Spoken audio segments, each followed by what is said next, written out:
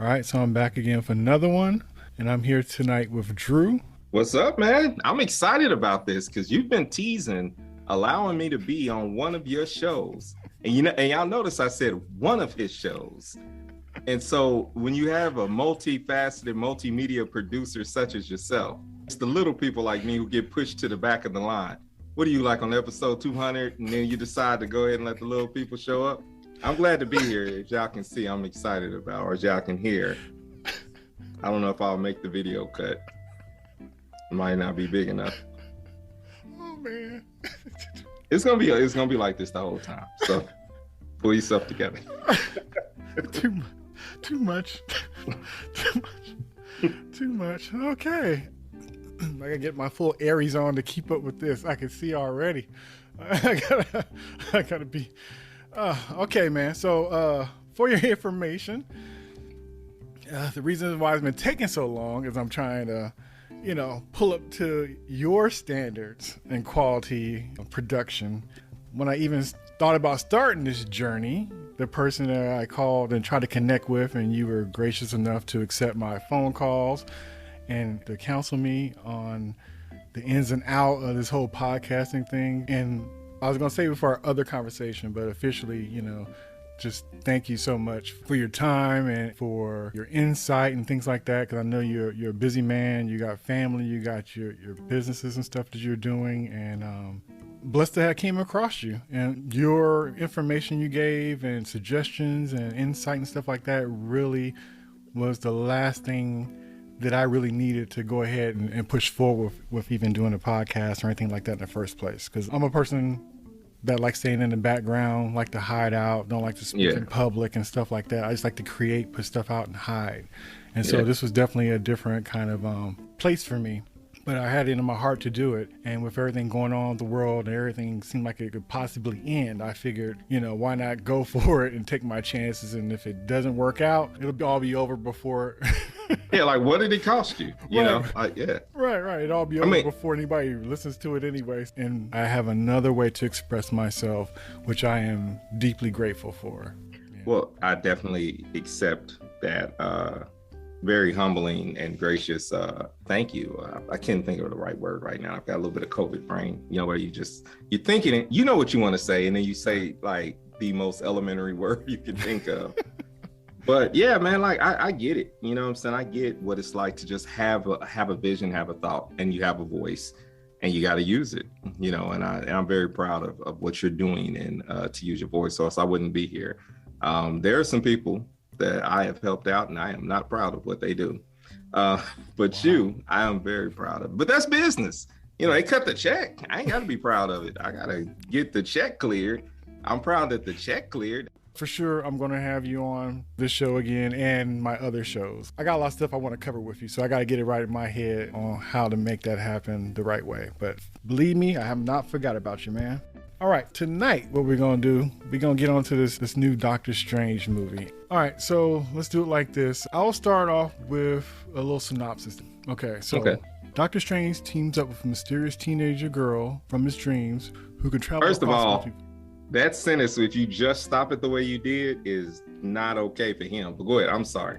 I'm going to let you do your thing. Not okay for him. Read the first few lines, right? Read that again. Doctor Strange teams up with a mysterious teenager girl. Yeah, right there. Not a good look. But go ahead, keep going. From his dreams, who can travel across multiverse. Go ahead, keep going. I'm sorry. Somebody out there is gonna get it, and you're in work mode, and I'm playing too much. Let me stop. Keep going. Oh. I'm playing too much, and you are being serious. And I need to stop. I need to stop and. Here, let me tuck in my chain and get professional. No, that's cool. That's funny. Okay, I get it. I'm sorry. That is suspect, though. Good call. Okay. Yeah. What's a better way to put this? Okay, so Doctor Strange having dreams that he finds out are real. He's trying to figure out what's going on.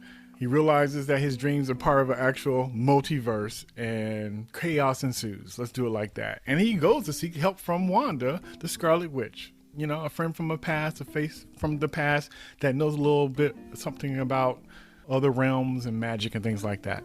Okay, So even though this is technically the second Doctor Strange movie, they're kind of, Marvel's starting to get notorious for doing things like this where it might have one person's name on the title, but it encompasses a whole bunch of other stuff, stories, characters, and everything else.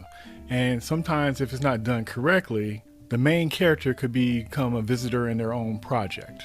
Yeah. I have to note that on this one that it was directed by Sam Raimi, which I love his work. He does the Evil Dead stuff. He did the first 3 Spider-Man movies. Spider-Man's, yep. Mm-hmm. And even though people gave the third one a hard time, and I have to admit, I even didn't care for the third one, as time has passed, I have a different kind of appreciation for it. And then also knowing all the stuff he had to go through to get through that third one, it's a miracle that it came out as good as it did. And so yeah. It's interesting how studios and things like that can play a big part, good and bad, in projects that people are working on. But my thing for him was always like, if you did that first one, which was great, and then that second one that was brilliant, why say anything about the third one? Let the man, he's obviously a good driver. Obviously, he got the bus to 2 stops. Let him take him home. Let him take the character home. Did you know that, just an odd fact about him, did you know he puts, I think it's a 1976. Yes. Yeah, like was it a Delta 88, like a tan Delta in every movie? Yeah, like that must have been his first car or something. I don't know what the story is behind it, but I thought that was interesting. It was in this movie when they were flipping through those worlds. I think. Yeah, that's the same car that Uncle Ben drove in the Spider-Man movies. Yeah, he always had that car in his movies, and also have Bruce Campbell. Yeah, that's his other good luck charm. That's what I want. I want to find a friend who just is like, hey, I have to put you in every movie from here on out. That would just be the best. I would ride high off that. Yeah, I'd be a distraction. Right. I'd be a distraction. He looks familiar. Yeah. No, so let me ask you something. I noticed you said he's like a visitor in his own movie. I think that's very interesting because when you said that to me, when you text that, I was like, I kind of agree. Mm-hmm. I have an opinion. Before I share mine, I want you to just how did you come to terms with that after watching it? Okay, so the reason why I got that is because even though it started off, it had an interesting opener and everything. And then, and by the way, this is just an open discussion, spoiler discussion. So assuming that everybody saw the movie before, and if you haven't seen the movie before and you're all right with knowing some stuff, then you're good to go. If not, check it out, then come back and listen to this. And so I will say, even though it started off with him strong and they introduced the character America and he has his dream and he wakes up and he goes to the wedding and then the girl from his dream is fighting this creature and all this kind of stuff. This movie just seemed like he was just there and stuff was happening to him. He had no control of the situation. Even in the beginning, when it showed him pulling himself together, getting dressed, he's getting dressed for somebody else's marriage. You know, it was just fighting somebody else's situation to help out the girl, fighting a monster that he didn't create. And this is, I'm skipping to the end just to clear up my point, is that even at the end, he didn't even have his own battle with the villain. Yeah. He even sacrificed that. He wasn't really the main character. He was there in name, but it was somebody else's story. It was just as much Wanda's and America's story than it was Doctor Strange, as far as I was concerned. Yeah. I feel like it was 100% Wanda's story sometimes. When I was really thinking about it, I was just like, this was like part 2 to the Disney Plus WandaVision series. Right. So if you made it this far, you've already been spoiled. Right. You can't watch this movie without prior knowledge of WandaVision. Yeah, if you took it, because there was a lot of people who's they stopped watching WandaVision after the first 2 episodes. Yeah. They didn't know what was going on and they got angry. Right. And I would suggest you go back, because you have no clue. I do feel like this. I think it's a bit thin of a premise of her being so dead set and so angry and wanting her children.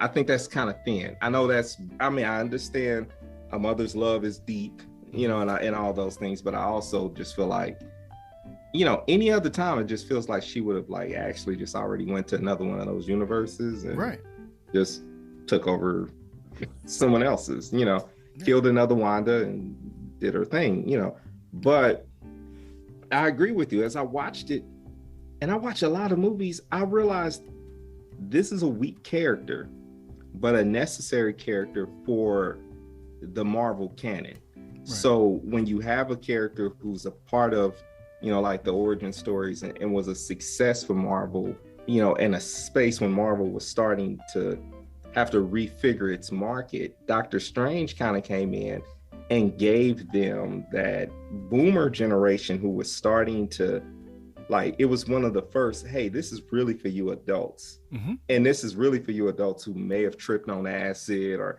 who believe in conspiracy theories. Right. And so to introduce that multiverse of madness to a stranger, to a character like Doctor Strange, who really is always this character who the situation's bigger than him. Yeah. But somehow he pulls out this ability to win, not because of anything special about him, mm-hmm. but because of magic. Yeah. And magic is, and so it was chaotic. So I agree with you in that regard, that it's like we were just witnessing a money grab by Disney. Yeah. I got some opinions about that, and then there's, I think them just setting us up for the future and just using what could have been a throwaway movie, like a Hulk movie is always considered a throwaway movie. Yeah. And this Doctor Strange could have been a throwaway, and instead they gave us a setup. They used it as a setup. Yeah, because the crazy thing is that first movie was hard to pull off, and I think they really found something, because it's hard to find the tone for different things, like Thor, because the whole Shakespearean kind of thing, that didn't really work because it was almost too serious, and then it came off kind of funny. So when they had Taika Waititi do that third one, it really kind of shook things up. It's like, okay, this is the way to play this, And then even with Captain America, that could have went so bad, especially when you have a character in modern times and he's a Boy Scout compared to the kind of world we have. That could go bad really quick. That's why they can't even figure out Superman. But they figured it out for Captain America, where he could be that person, have that heart, have that light, and want to be for people without letting that world knock him off his block as far as, his purpose. And so even when they did the same thing with Captain America, his movie, when they did Captain America Civil War, that still was about Captain America. Matter of fact, and it was like everybody fell in line behind him. Even though there was a whole bunch of people in there, he played such a big part in it. It was his or Tony's side. It gave us the foundation from a cinematic universe point of view. It gave us our foundation for Black Panther. But you don't view that as Black Panther canon. Right. Like you don't go back and say, well, in order to say I'm a real Black Panther fan, I have Civil War here. I got to watch that first, then Black Panther. Right. Like maybe some of us will do that before Black Panther 2 comes out later on in the fall. But like I kind of feel like you're right. Like everyone's movies are typically about them in some sort of way. But like as soon as I saw America Chavez's character come in, I was a little bit surprised that they chose, like, there's spoilers and they always to show you trailers and there's trailer breakdown. So I kind of knew that that's who it was, but I was kind of hoping to some extent, and it made sense for what her powers are. Right. But I kind of was hoping that it would be a different character. Yes. Just because I'm going to sound like a comic skate guy, and I promise you, I am not draped in like toxic patriarchal points of views and on things, but it feels like when you take a character like America, who's an LGBTQIA plus character and who's a Latin character, sometimes you want those characters to be developed, and you don't want them to be a guest in a movie like this. Yeah. You want some origin, you want some real backstory, you want their natural, their native, like language to be spoken more frequently. Like I wanted to be more authentically her movie.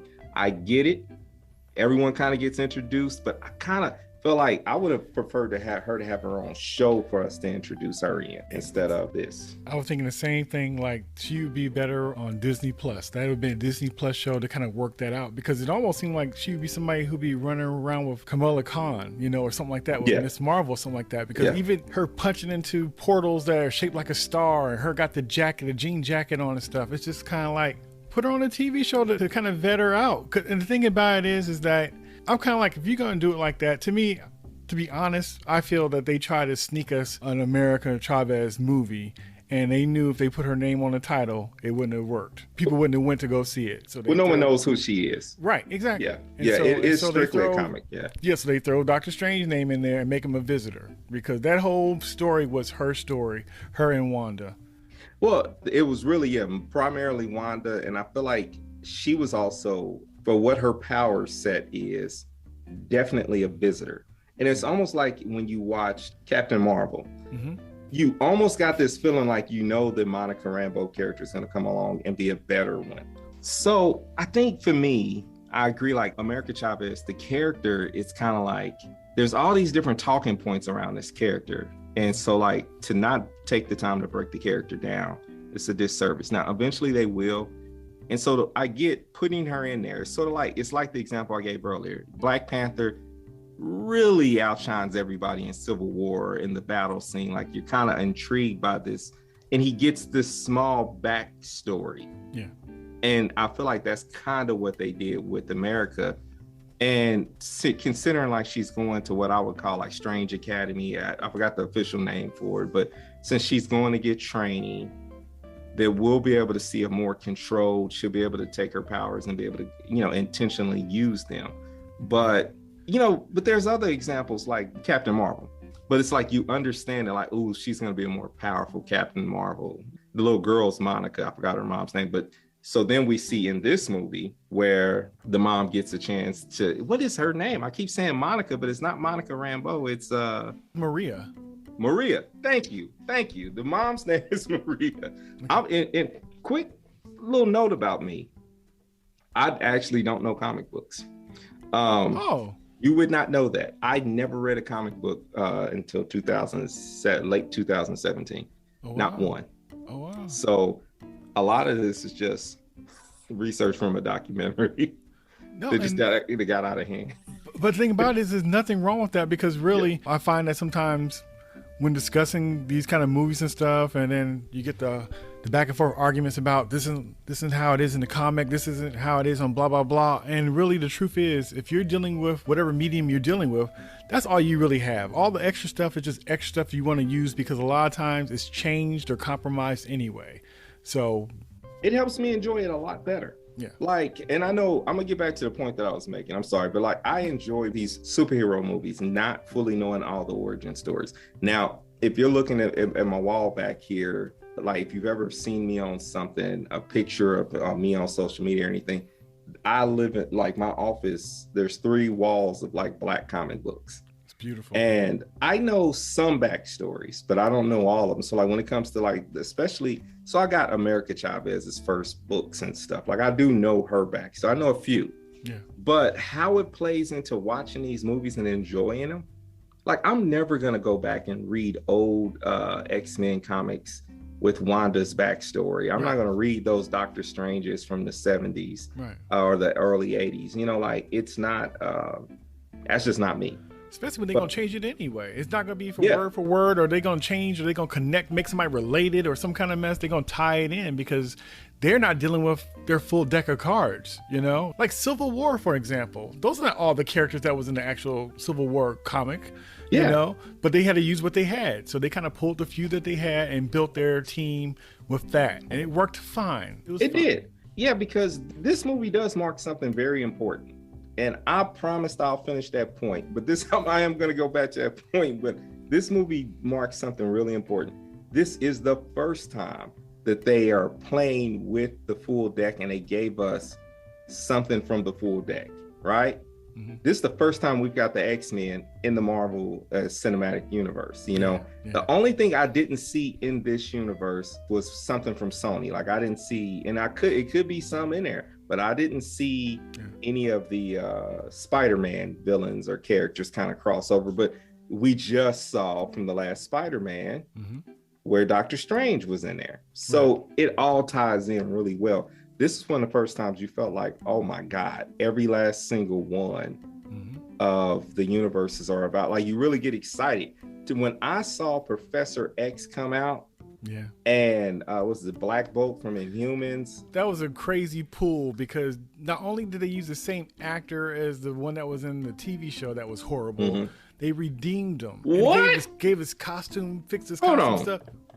The TV show was not horrible, sir. The TV show just didn't get a good chance. That's all it was. That TV show was on par with any other, maybe not the stuff they're doing on Disney Plus right now, but that show was on par with any other TV show. You know what, man? I'm not gonna ruin this episode with arguing with you about this. We gonna come back to that. Are you serious? We can agree on this one thing, though. And this is super spoiler. His death was one of the most horrific. Oh, yeah. Like, mentally, I got to thinking about that, and I was like, not only was it horrific, it ruins him for the MCU forever. Because we now know how you can kill him. Yeah. Like, no matter whichever one. So, yeah, that's 838's, Black Bolt. Yeah, he gone.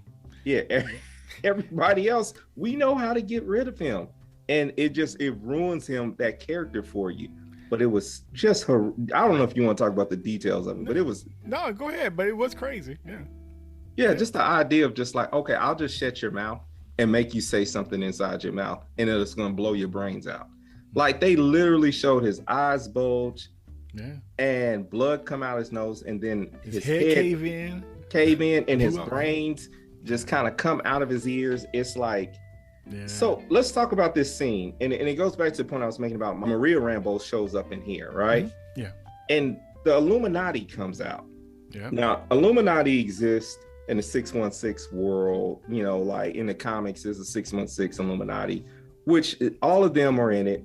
Mm-hmm. As you know, like they explained in the movie, Doctor Strange is typically in it. Tony Stark put it together, actually. Namor is in it. It's a lot of people. Black Panther, he's invited, but he's almost like Batman, like this is too much power in one spot. Yeah, they had their like first meeting in Wakanda, so like it's considered, its origins are there. I was writing down because I have a few of the books. Yellow Jacket, Mr. Fantastic, Doc Green, Captain Britain, Black Panther, Black Bolt, Namor, Professor X, Beast, Medusa, Iron Man, Doctor Strange. I know it's like one or two more. Yeah. It's such a great thing when you have something. I remember Kevin Feige said there's going to be a movie coming. Such a great potential with this group. Yeah. And then so we're thinking like, oh, they're the ultimate of the ultimate team, right? And then they come out and Wanda just murks them. Yeah. So easy. And I mean, like, it wasn't even like a long drawn out fight scene. Yeah. To be honest, even though she did tear them all up pretty quickly, and I know that was just because it's kind of like beat the biggest guy in the room to prove that, how tough you are. Because you can fight a room full of small guys, but if you go knock out the biggest one, then everybody else knows not to mess with you. And so all those I could kind of forgive except for like Professor X. Like, how you gonna take out the professor? Like, that was crazy to me. So, and this is the third time we've had to see that version of Professor X die. But and you know what's funny? He used the line from Days Future Past, everyone can change, or whatever line that he gave Wolverine at the end of the movie. Or he gave Logan at the end of the movie, and then he turns around and he uses the same line with for Doctor Strange, and it's like they really are about to tie together these universes, which is just sheer genius. I would be so excited if they found a way to really explain and tie in those X-Men movies. Yeah. Which I know gotta talk about Doctor Strange, but let me ask you: are you one of the millions of people that are haters of the X-Men movies? No, to be honest, that's the first time I really saw those kind of movies. Those were some of the first ones, especially with the team up and stuff like that. Before that, people were even comfortable with seeing superheroes with like it's almost kind of like once we went to Batman and Blade and all that kind of stuff and the Crow and all that, trying to have colors in your costumes and stuff being light. Those days were kind of over. It's almost kind of like, if you did anything that was kind of comic book accurate, it would be a problem. So they did the best they could with what they had. The director tried to pick characters that kind of made sense, even though it was still fanciful. It was still kind of based on reality for the most part. At least that's what he told himself, as far as like even the characters he had in them. Those movies, even seeing them now, the first one's a little bit rough, but I just loved all the things that it did. It was hard to pull off, and he pulled it off. He made it kind of realistic. He worked it out. The second one was even better. Special effects are better. The story's a little bit tighter with Logan trying to figure out who he is and stuff like that. They kind of fleshed out the characters, fleshed out the school. They introduced some characters that they touched on for a minute, and then they were kind of like Colossus. That's like one of my favorite characters. So to see him in a movie, that was a big deal, even though he did something as simple as saving a girl in the mansion when they were being attacked. So even that for me was like a big deal. So a lot of times the characters I saw as a kid in comic books, and then also drawing and things like that, to see that in a real life interpretation. I think the thing I really noticed about that first X-Men movie was Wolverine was too tall. But Hugh Jackman did such a great job, I forgot about that. But when I first saw it, I was thinking, like, wait a minute. You know, he's a little guy. He's like 4 foot something. It's part of the character. It's part of the original characters that he should have this small man's complex. Right. You know, but I forgot that so quickly. They even pulled off his hairstyle. That's a crazy hairstyle, and Wolverine had that hairstyle. It was cool. Like I said, that was sort of a miracle. That was we could look back on and judge it, but it was brilliant for its time. It was, and I think that ties in with when the stage of the MCU that we're in now. Mm-hmm. I think that they're going to be people going to look back at that first generation. They're going to be like, oh, the idea of Endgame and Infinity War is just it's the worst. You know, like there's going to be a generation of people going to think that this first generation was trash. And I think when I watched Wanda kind of like shred through them like that, I felt like that it was symbolism for what's to come. Like the idea that that's funny. Like your old heroes are you've seen nothing. You know, and it has to be that, because if Wanda's working with power like that, that she can, even if it's a Earth 838 version of those heroes, Reed Richards, you talk about, it probably literally broke the heart of so many of like your older white, you know, comic book people who started off like that's their man, that's the perfect person. Right. He got literally shredded into like ribbons, and then she exploded his head. And it's crazy considering all the times and all the attempts they tried to make a decent Fantastic Four movie, and it never happened. And then the first time you get this kind of like, the fans wanted this actor to be the future Mr. Fantastic, and then he's just taken out that easy. And what you touched on kind of turns into another and a bigger conversation. You know, since we're talking, I'll go ahead and say it to you, but what you got? I think it's very interesting. Instead of letting the characters that we kind of grew in love to leave out on their own terms, they're just kind of systematically kind of getting plucked and replaced. And then we're looking up with a whole new lineup of familiar stranger characters where we recognize the powers and the suits, but we don't recognize the faces and the personalities behind them. I know what they're trying to do, and I know why they're doing it, and I'm sure there's other intentions too could be mixed in there as well. But I think it's interesting how, if that was a meal, it'd be equivalent to you going to McDonald's. McDonald's is about to go out of business, but they want to tell you. And so instead of telling you, they'll give you this burger, and the patty is made by Burger King. And it looks like your McDonald's burger, but it doesn't taste quite right because it's different. But they'll be like, well, it's coming from McDonald's and have our buns. But when you're tasting it, you know it's not that. Yeah. Now, would the person who went for a McDonald's burger be wrong for saying, hey, this isn't my burger? Now, you're saying it's my burger. You're saying it's called the same thing, but it's obviously something different. And my tastes are for what I had originally. Yeah. And I think it's, you know, and this is coming from an entrepreneur standpoint, and from, you know, like you being a minority too. If the McDonald's goes out of business, it's time, you know, like, and if they're starting to sell the burgers that are more like Burger King, you know it is, it's probably because people like those burgers better and people want this. And for a long time, I kind of resisted, and I still do, especially as a filmmaker myself, minority grabs where they just kind of like, they throw a character out there and they put all these titles on the character, and just so they can get all these groups into the movie theater to support it.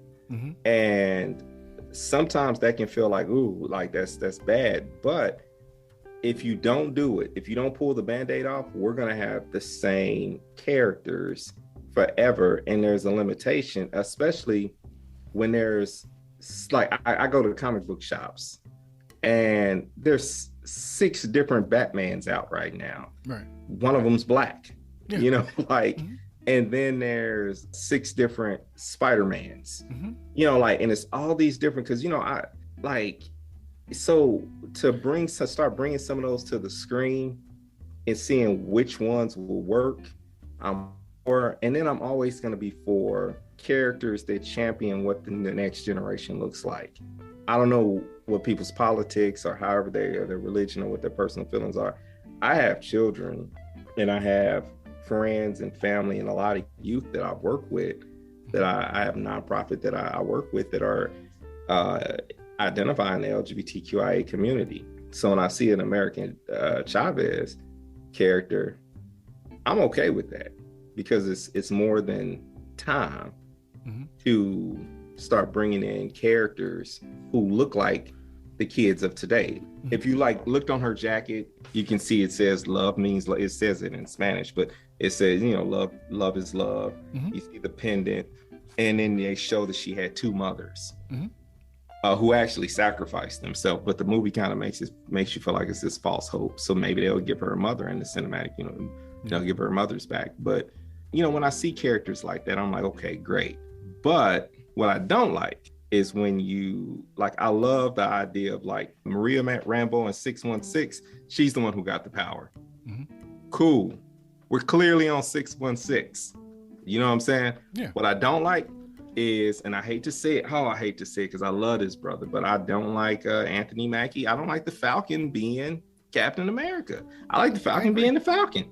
No, I agree. And so I'm not saying that I don't want to see characters that look like me. I'm saying I want original characters. I don't want these rebranded, give you the name, but it's a whole different person. And I'm supposed to just be like, it's okay. So when they do the switcheroo thing, I don't necessarily care for that. It's like, okay, as much as I love Batman, I don't want a black Batman. I don't want a black Superman. I want characters that's just as cool as they are on their own. And so I know it's easier that if you put a familiar name, that they'll get things through certain doors.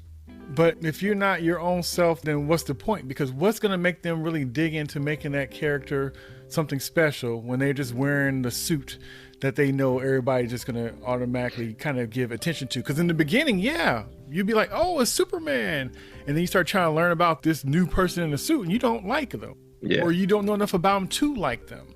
It's kind of like getting by on what they're wearing more so than the person beneath the costume. A lot of stuff we have now, it's been vetted throughout the years. These aren't brand new characters like the characters we see now, like Iron Man and Spider-Man. All those characters have been vetted for a long time. And there's many characters in DC and Marvel that's fell to the wayside, who never seen the screen before, never seen the cartoons before, never had their own comic. And if they did, they were short runs and didn't last. And so those went through a process. So the reason why we got the characters that we know today is because they went through a vetting process. And a lot of times that vetting process started off with comic books and things like that. Yeah. Nowadays, kids and stuff ain't really looking at those comic books. These characters aren't being vetted. I don't think. Yeah. So you're trying things out, but you're trying things out on the customer who went there. Now, put it like this. If you have stories for new characters and you think they're going to work, give them their own story, be true to that story, and see how that works out. Yeah. Versus tying it on to a winning car and be like, hey, I won because I was hitched to the back of the winning car. Yeah, I feel that way. There's a few characters that when we talk about that was introduced in this movie, because we're still actually, believe it or not, we're really still talking about the Doctor Strange 2 movie, because when you see like Captain Britain, right? She's her own character. It's a legit thing that kind of comes from the what if realm of things, right? But we also understand that like that's also kind of, there is actually a male Captain Britain too. These characters are mantles, and you can always like replace and put another person in it. DC, I think, does it masterfully with the lanterns. But I also think that they were kind of like cleaning up some stuff. Like, I don't feel like they really showed us there was this whole, like now there's so many lanterns and it's not a big deal. But when John Stewart was introduced, it was like, oh, wow, it's mind blowing. Yeah. So I think the concept of it, like when I'm starting to see all these new characters, and I feel like Doctor Strange is the catalyst, like it's the movie that says goodbye and welcome to the future. Yeah, and there could be a few more that could come out, you know, but I'm excited to see She-Hulk get her thing. But I think ultimately we also know that just like in the comic book runs, we're going to see the day where Bruce Banner's still around, but he'll be the big ticket. But for right now, okay, She-Hulk has to be the big ticket, and She-Hulk is She-Hulk and not Hulk, where Black Panther has to be Shuri because that's the way it was after Hutland's run.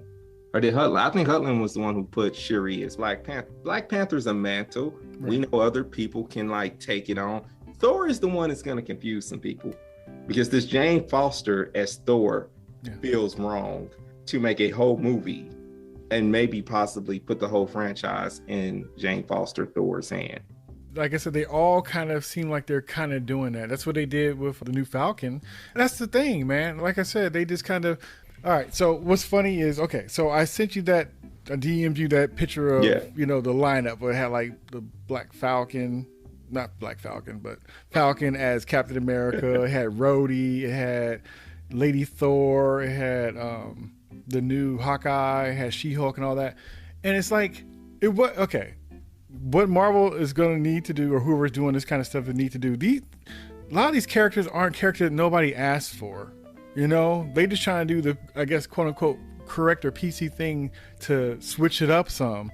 But like I said, they're going to have to put something behind it, because as long as She-Hulk was the woman version of Hulk, it never did good in the comics. When they decided to make her a lawyer and she has these other kind of struggles that she figured out herself, gave her a different kind of angle, then people started kind of appreciating the comic book run.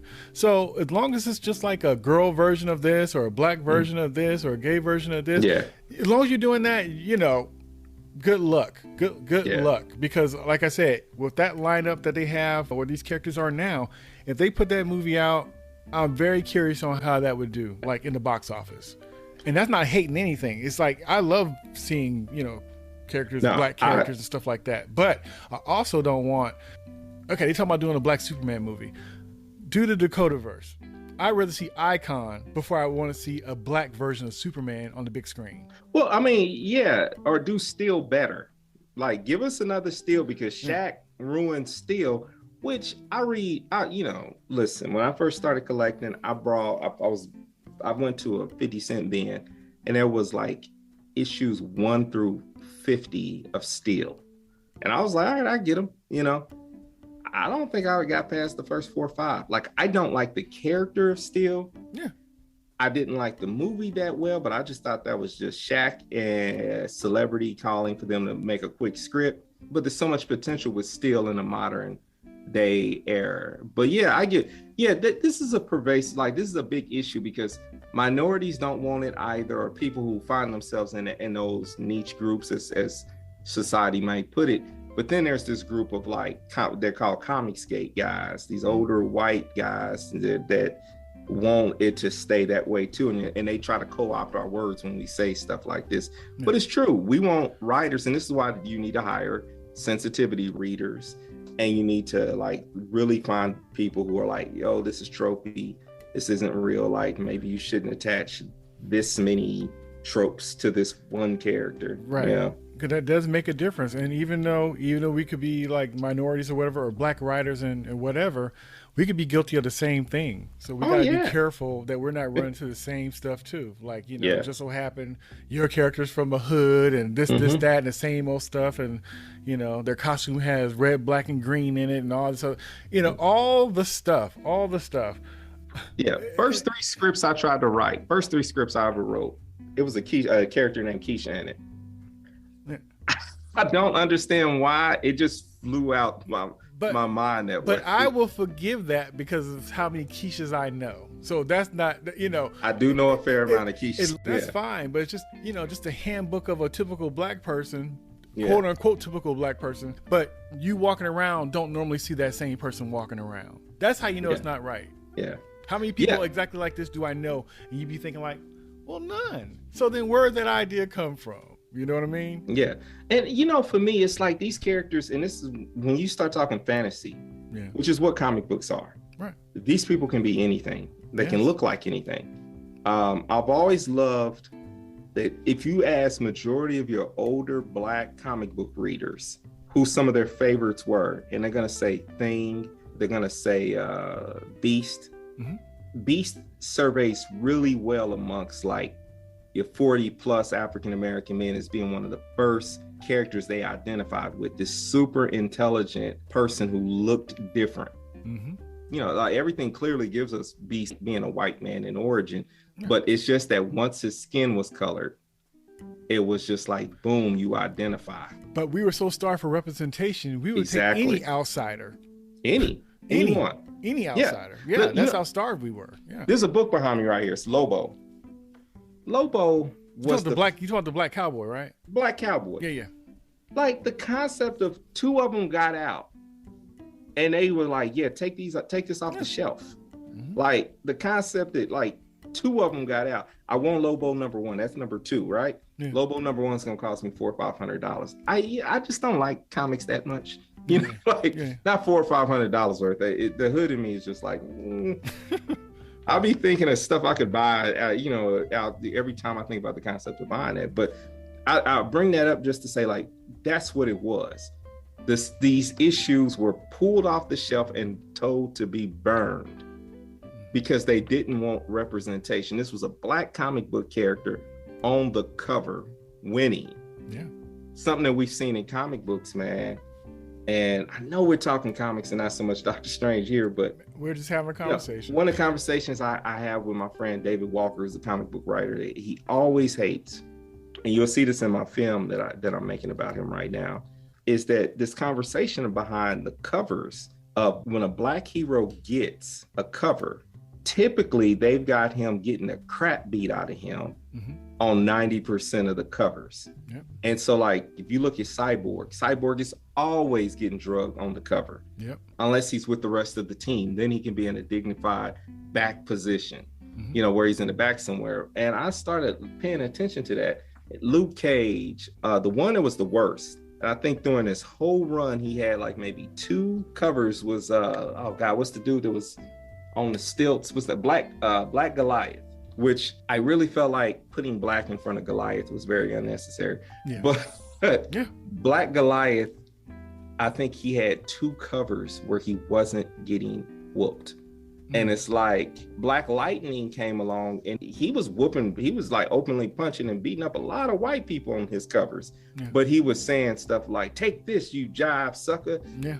On the cover, and it's like, that's just, I would rather see you getting. But it's created and written by a white guy, so it was his interpretation of it. So he was getting leeway as long as it fell into some kind of stereotype. And I'm sure he thought he was trying to do the right thing and a good thing. But that's the thing. Like I said, we need to have control of our image, and then 2, we need to detox and make sure that we are not perpetuating the same things that we're trying to avoid. And that's very hard because now we have an access and an ability to do stuff, but then a lot of times we're just running into the same roads, which we really is more important to get out of them. But it's going to take awareness and people saying stuff, and then also people being open to criticism. So in shifting back to like Doctor Strange 2, right? It's what's the brother who's in Doctor Strange 2? You talking Mordo? Yeah, what is his name in real life? Because he's a brilliant actor. It's Ejiofor. Is it Ejiofor? Is that how you say that's it? His last name, yeah. Yeah. He's really great. He was in this independent film back in the day called Black Belt, but he's actually a martial artist and stuff. He is. He's a brilliant actor. He was in Firefly, playing the main bad guy, but he plays Baron Mordo. He was in Talk to Me. Yes. Which, I'm a radio guy. So like I was excited about a Petey Green, and so like he did not let me down in that. Like he was everything in that. But I brought up his character because it was interesting to me. Do you remember the end of Doctor Strange? The end trailer made it seem like he was going to be the next big villain. Yes. Because he goes crazy and he's like, it's too many. And then we actually don't see 616 Mordo in this movie. Yes. Do we only actually see 838 Mordo. Yes, and there was a deleted scene that they were just talking about that stated that Wanda was supposed to come across him first, and he decapitates him. Okay. So I'm glad that they took that out. Therefore, he's still alive. Yeah, because he would have been gone because that was supposed to be the opening scene. Yes. And I think the key thing with that, and that tells you right there, like that, what you were saying, that kind of brings us back to what you were saying, because like that opening scene was everything. Because it opened up, it showed that world that's supposed to be like the in between of all the different timelines. Yeah. And it was tore up. And from all the Loki time jumping and all these different things. So it shows the chaos we in, but also that space being shown and a fight taking place in that really shows us that the possibilities of us going all these different places, it gets you excited about the potential movies and shows that could be coming by being in that space. So I thought that was pretty dope to just even expose or show that factor. Yeah, like I said, I just felt like this movie was kind of hijacked, and really the guy who's playing Baron Mordo, like you said, the way the first one ended, I was looking forward to seeing him maybe in the second movie or maybe even the third movie, but I kind of like the world that it built, and he has enough adventures on his own to keep him busy. So for it to be this kind of like in-between movie that really, to me, didn't really serve him that well. But was it a fun movie? Yes. Did I have to ignore a lot of stuff? Yes. It was definitely entertaining. Like I said, he went to the wedding, saw that his woman that he wanted, we realize in this movie that he'll never get her. That's the most unrealistic part of the movie, actually. Question, ask me this. Yes, it was because they just, they had to make it a thing, because like out of all the possibilities that is never, like you would never get her. Like, come on now. How'd you feel when you saw who her husband was? Yeah, when the dude came out, in my mind, I was like, is that why are they giving words to the server? Like, but when he came out, wait. That wasn't what I was really thinking. I just you funny. Yeah, I didn't feel any kind of way. I just was like, it was such a small blip that I was like, is this gonna play why you? I don't know. Go ahead. All right. So I'm not trying to be messy, but when I saw that, even though some people would be like, man, that's pretty conscious that they gave her a black husband, but then I also was thinking, like, is this supposed to be like the ultimate bad thing that could happen to Doctor Strange just to make it worse? Not only did she get married to somebody else, she got married to a black guy, not even the doctor that liked her, that showed up, that was sitting next to him. It's hard to tell people's intentions. It's like, even if they try to put us in stuff and put us in certain roles and things like that, it's almost hard to tell the intention. And so it could have been as simple as they needed her to have a husband. They figured this actor was cool. Let's just put him in there. But I thought that it was just like, since he's having a bad day and he ain't getting nothing in this whole universe. Well, it wasn't a reveal. Like it would have sucked if he had never known who she was. Well, no, it was because she said, I have to introduce you to him. Yes. And he's a fan. When I first saw it, I saw when they kind of panned over to the side and I saw the back of his head. I'm like, huh? That's like a brother. And then they showed him. I'm like, that's interesting. Well, what's funny about that, that I'll go back to the thing that irritated me and why I probably even missed it a little bit, was just the concept of, it's such an unrealistic thing to just be in that space. Unless it's been years and years and like, it's like, yeah, whatever. But it's when he's still obviously in love, and it's just a bad idea to show up, which goes to show his character is that tortured that you would show up to your ex's funeral. Like, and even she gives that dig to him about like, I always want you there, but you always had to hold the knife. Yeah. So this movie was just to kind of beat him up. And I thought it was just very interesting. But like I said, I thought the story was kind of, not my favorite. But the funny thing is, it was in the hands of a director that I liked. And so in the hands of Sam Raimi, it really had a certain tone and style. And the way that he kind of shot in New York, and Doctor Strange is fighting the monster in New York. The monster straight looked like one. It's funny. All that money that Marvel have, it still gave that monster the aesthetic of a cheap B movie like Sam Raimi would do. So it's funny how it still kind of felt like his style of movies with the quirky looking monsters and things like that. And even how he shot New York, it felt like somebody who's from New York. It felt like how he shot Spider-Man in a way. So it had his own little world that I thought was pretty interesting. And it was zombies in it, later.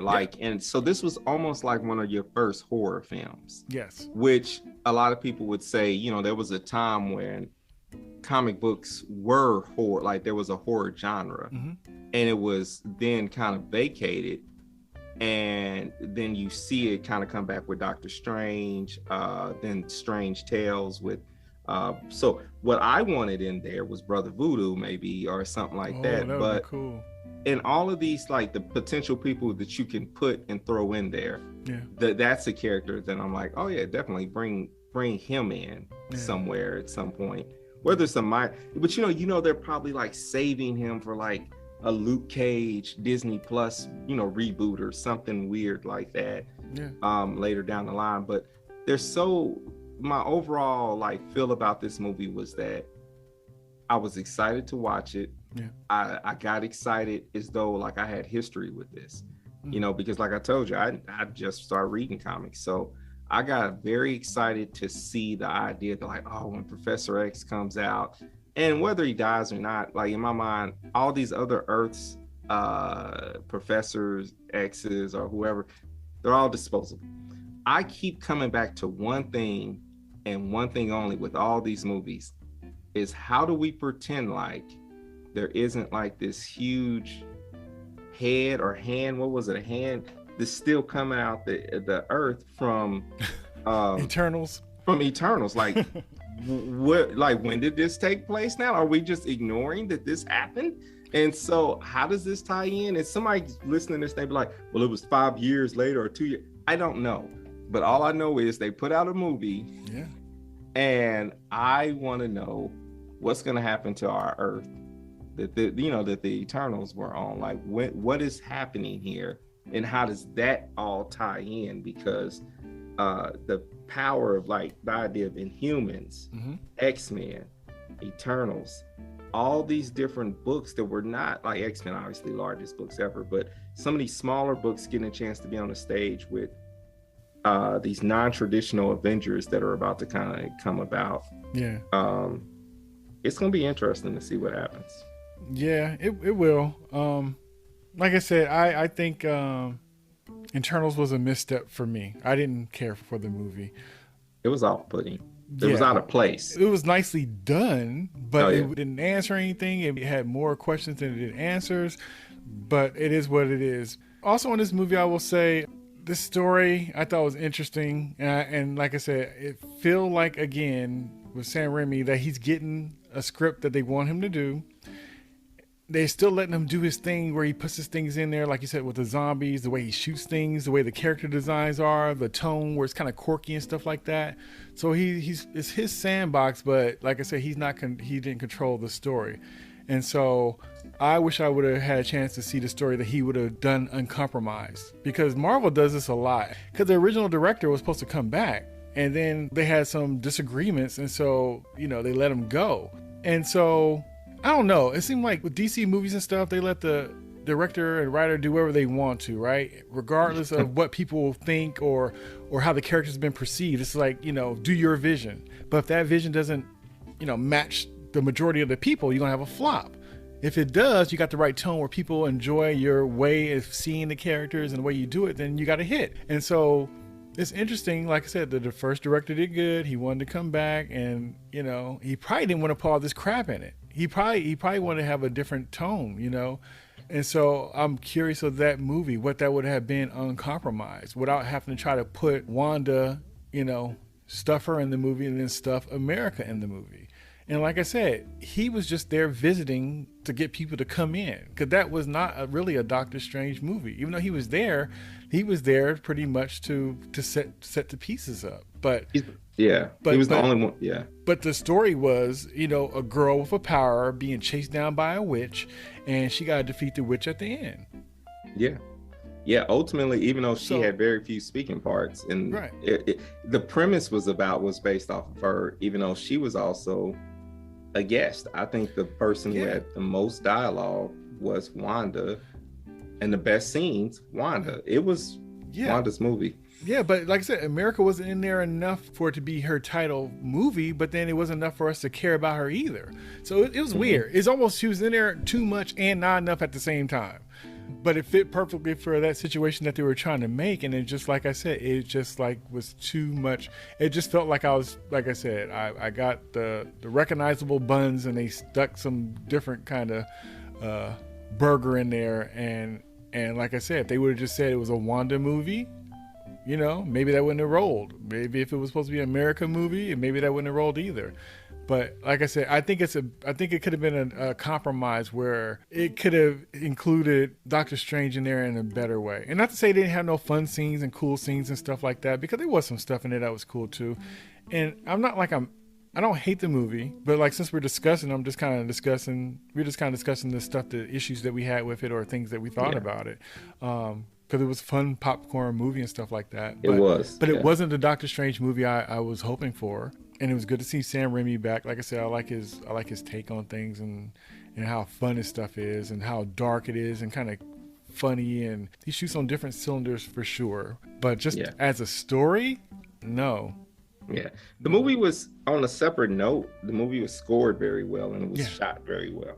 I think it played such a great role. The way when during the fight scene with Octopus, those horns, I was like, this is good. I like this. And so it felt like Marvel is introduced. It feels, I should say, like Marvel is introducing us to understanding that everything is going to be a little bit different on the cinematic level. And what we end up seeing on Disney Plus, we may not get that on Disney Plus, but we're going to get some of that in the movies. Like we're going to get directors who are shooting with some of the best and editing with some of the best and doing some big over the top, larger than life things. So I give this movie, if it was like an ABC kind of thing, I give this movie a smooth B-, maybe pushing if it's on a grade, if it's on a, like if it's on a scale type thing and a whole class failed, then this is a B-, but it's really a hard 78. It could be a C+. It's all right. If I had to rank it amongst all of the Marvel movies, I don't know if it's peaking top 10. Yeah, I agree. It's one of those kind of things I would say, I think you have to be a fan of this kind of a movie and just kind of be open to, it's not the strongest one. It's not the weakest one. You know what? I think my issue is that it's always hitting against the potential. One, the potential, and also what I was kind of expecting. And so, but it's just kind of hard not to do that when these movies are made for you to pull in other stuff that you've seen to kind of bring with you on this trip. It's not like a solo run. It's not like just watching this on its own. It's like, what would you do with this? It's like, what is going on? And that's for somebody who liked this kind of stuff. Even I kind of felt like, what's happening. But I'm going to leave you with one question, because you had just said something. What is the worst Marvel movie for you? Because and what's your best? What's your best and what's your worst? Like all of them, and every last single one you've seen that we've seen so far. I would say Blade doesn't count. We're talking Marvel Cinematic Universe. Yeah. I'll say Thor: The Dark World, I think, is my least favorite. That's the second Thor movie. And it should have been good, but it was just lost. And it wasn't, I think it was a whole bunch of stuff, but that movie just felt lost to me. But I think it's just a straight good movie that I'll probably just kind of go back. I put Black Panther high up there, but even more so than that, because I knew I would like Black Panther. And even if I didn't, I was going to like Black Panther. But the movie that I think was a miracle, that it not only changed my idea about this character, and it made other characters that I've seen before I didn't care for, I liked them because of this movie, I would say Captain America: Winter Soldier is one of my favorite. It is. It's top tier. It is. One of my favorite. I would have to agree with you. I'm close to agreeing with you on that. I still feel like the best one to me is Infinity War, because when they snapped, I almost passed out. The build up for Infinity War is what got me in a place where I was like, I like this one better than some, like it was the first one I was like, I really like this. I watched Endgame and I felt like, Jesus, hurry up and get to what I want. Yeah. You know what I mean? But I felt like... for that one, you'll watch that whole movie, not just scenes. Yeah, you'll watch that whole movie? I'll watch that whole movie because I just was like, in the buildup of that last scene, because one scene can make a movie, that last battle scene, and how it plays into Doctor Strange too, because Wanda's really not a fan or a friend to Doctor Strange, and Doctor Strange can't be that narcissist that he doesn't know this. Like, you set it up and it was okay for her to kill her husband when you knew like the possibility, like you set it up later on so that you can go ahead and she never had to do it. And I feel like it was just kind of one of those things where you can't undo that. And so it's like he knew going to see Wanda that he's part of the reason why Wanda is doing what she's doing. Just because he saw it, do you feel like he's responsible for it? Well, it's going back later and then giving Thanos, like, so Thanos having the stone. Yeah, I felt like he played a role in the idea of that. Like, it's like, this is what works best, that this person dies.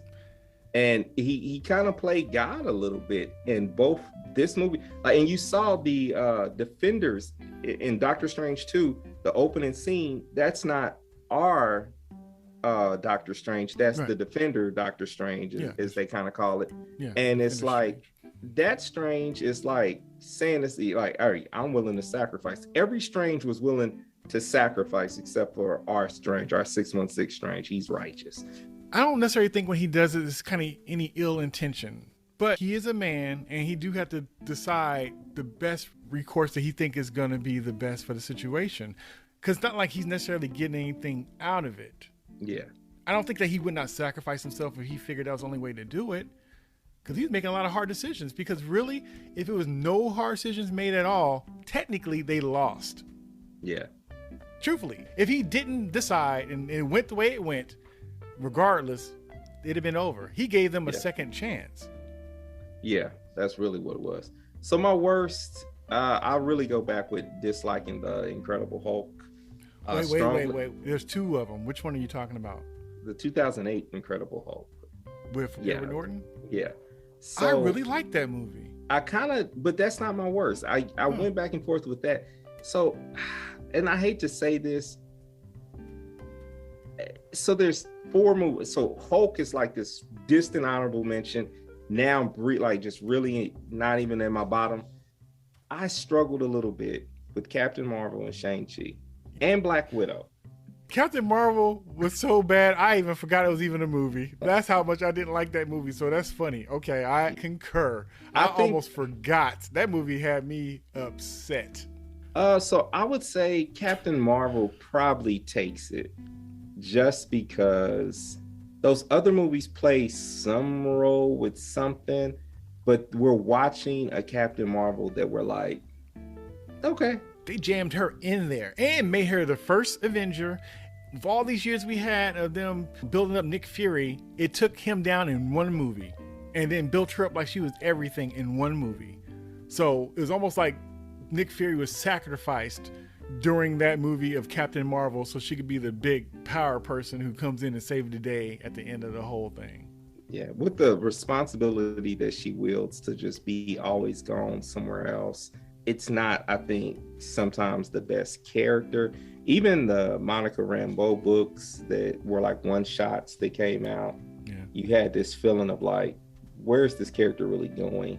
But seeing her like in the Spider-Man, when they introduced her in Spider-Man, and seeing her with in the Avengers, the character of Captain Marvel, I've got some issues with. Black Widow is possibly just going to be a new franchise with her, the sister. And maybe we'll see some other things, but it at least didn't bother me.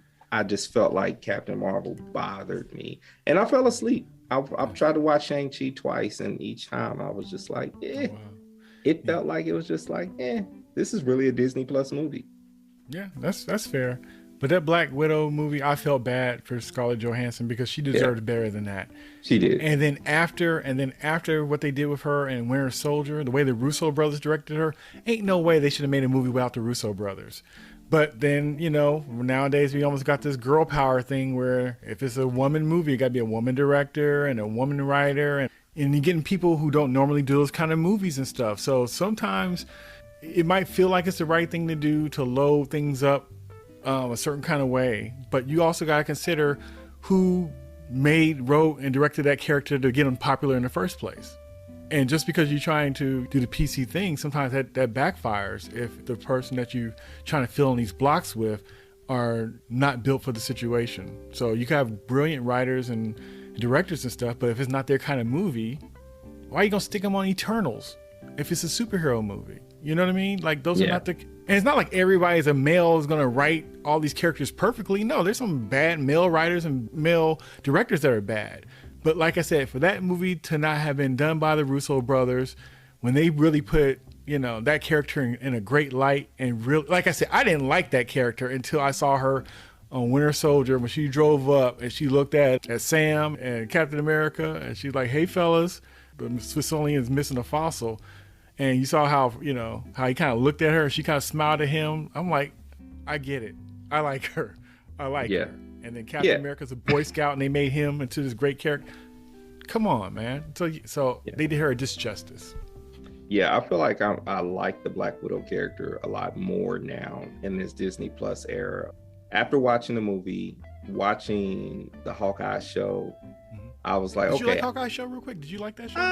I felt good about it. I would say I felt like it was perfect to have been released at Christmas time. It was, and this is what I was telling you, when we saw that picture online, it's this concept of it's time to let go and let the next generation. And people have written this stuff is already written. These all characters already done. And so it's just, how do you introduce these new characters in?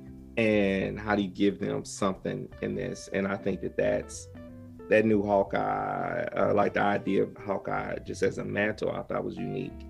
And then trying to address, but not addressing one of the most egregious things that I would say, whether it was written or whether it's just through the MCU, the idea of the Ronin character. One, putting a white guy from America, making him a Ronin, but like, it's just a weird concept already. But then you've got him going and killing like tons of minorities all over the world just freely, and there's never any recourse. Like the idea that he never comes to justice because he's Hawkeye, but he still was angry. Even though he was killing bad people, he was still killing people, which is illegal. Like the Punisher has consequence. Everyone else has a consequence to their actions. But Hawkeye just got a chance to just like, he murked a lot of people. And it was just like, hey man, we know you were devastated. Guess what? Everybody else lost half of their family too. Half of the world was gone. And you act out by killing? Like that, yeah. So I like the show, but I really wish, and this might sound morbid, but like, maybe like one of his kids could have like got an arm cut off, something. This should have been something to pay. But instead he ends up training a new generation of, and I love the idea that this little girl is like this privileged little girl. It's just ideal for a privileged character to pass on more privilege. On another show, we'll talk about the issues that I have with Batman and Hawkeye, just murking minorities freely, and let's move on. That'd be a great conversation because brown people kind of just disposable, and it's so very interesting. That'll be definitely a great conversation. I look forward to having it. Well, man, this has been real. I appreciate your time. I appreciate yeah, good luck editing this. Like, we've been talking for a long time. Man, you don't know what I've been through. You haven't seen the magic that matter of fact, you've heard the magic. You just know it's like a magic trick that was performed on some of the stuff that I've done but I love it. I find so many gems come from the sidebar conversations that was inspired by, the initial questions. So I'm gonna work it out, boy. It's gonna be cool, and I'll look forward to it. I trust you. But thank you so much for joining in. I look forward to our next conversation. Hey, did you have any final words or anything you want to give your information so people could contact you? Or you'll tag me on all the socials and stuff, so follow me and kind of chart, what I'm doing as I share it, if I do share it. And man, it's been a privilege because, like I said, I come from this unique point of view of I'm a researcher and I have all this knowledge in my head. So to talk to someone who has a background with it and knows some of this stuff, but you love film, we really didn't organize this conversation in that way. So this was literally just us riffing, and I love it, man. I really appreciate it. And I don't use that word like casually. And I tell you, I loved every part of this. It's good, man. It's good to be able to just talk, just two black men just talking and about the things we enjoy. Yeah, about the things we enjoy. So I can't wait to see your breakdown on other movies, man. Have you done one on what's that movie with the Asian lady? Anything Everywhere All at Once? Yeah. Have you? Yes. I had a conversation with a friend of mine. It was a beautiful conversation. Have you seen the movie? No. The reason why I asked that is because that's exaggeration. Literally, I've had multiple conversations, more than people who don't even go see those type of movies told me that was the movie of the year. Yeah. And so I'm literally about to go in there and buy my ticket to go see it in the morning because I have free time tomorrow morning. Okay. And I think it's literally going to be for rent like next week or something, but I'm like still going to go to the movie theater. See it in the theater, man. You talk about a good movie, talking about multiverse done in a cool way. You know, out of the multiverse worlds between Doctor Strange and that movie, man. But when you do finish watching it, I think you're going to get a lot out of my conversation I had about that movie. So that's going to be perfect timing. See, and in case you're watching this or listening to this, I make podcasts for a living. So one of the things I always have my clients do is back sell some of their previous shows. And that's what I just did in a natural conversational way. Did you even catch on to that? Did you catch on to that?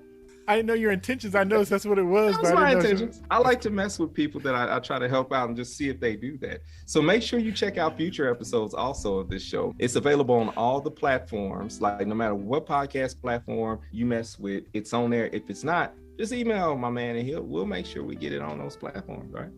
Man, you're the best. I appreciate you. I appreciate you too, man. All right, so this is my conversation about Doctor Strange and boy, we've been talking so much, I forgot the name of the movie. This is our conversation with Doctor Strange and the Multiverse of Madness. All right, so that was Jay and Dru. Until next time, peace. I'll holler at you.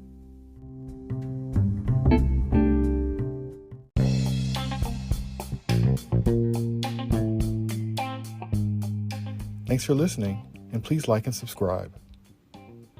Be sure to check out past and future episodes of this show, along with my other shows entitled The Movie Bench Quarterbacking Podcast and The J and Podcast, available now on all streaming platforms. Until next time, peace.